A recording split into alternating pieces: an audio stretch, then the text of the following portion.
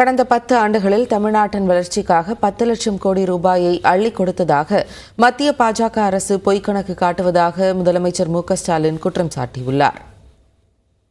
இது தொடர்பாக தனது எக்ஸ் பக்கத்தில் பதிவிட்டுள்ள அவர், ஒன்றிய நிதிக்குழுவின் பரிந்துரைப்படி மாநிலங்களுக்கான பகிர்வு மற்றும் திட்டங்களுக்கான நிதியை மத்திய அரசு நேரடியாக ஒதுக்கும் என்று குறிப்பிட்டுள்ளார்.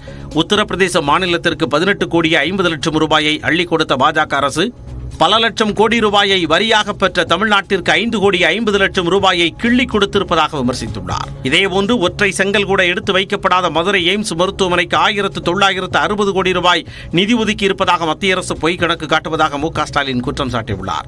₹1 கூட நிதி விடுவிக்கப்படாத சென்னை மெட்ரோ ரயில் 2ஆம் கட்ட பணிகளுக்கு 63,246 கோடி ரூபாய் விடுவிக்கப்பட்டதாகவும் பாஜக அரசு பொய் கணக்கு காட்டுவதாக முதலமைச்சர் குறிப்பிட்டுள்ளார்.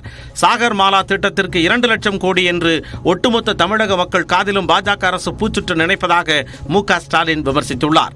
எத்தனை பொய்களைத்தான் நாடு தாங்கும் என வினவி உள்ள முதலமைச்சர், தங்கள் காதுகள் பாவமில்லையா என்றும் விமர்சித்துள்ளார்.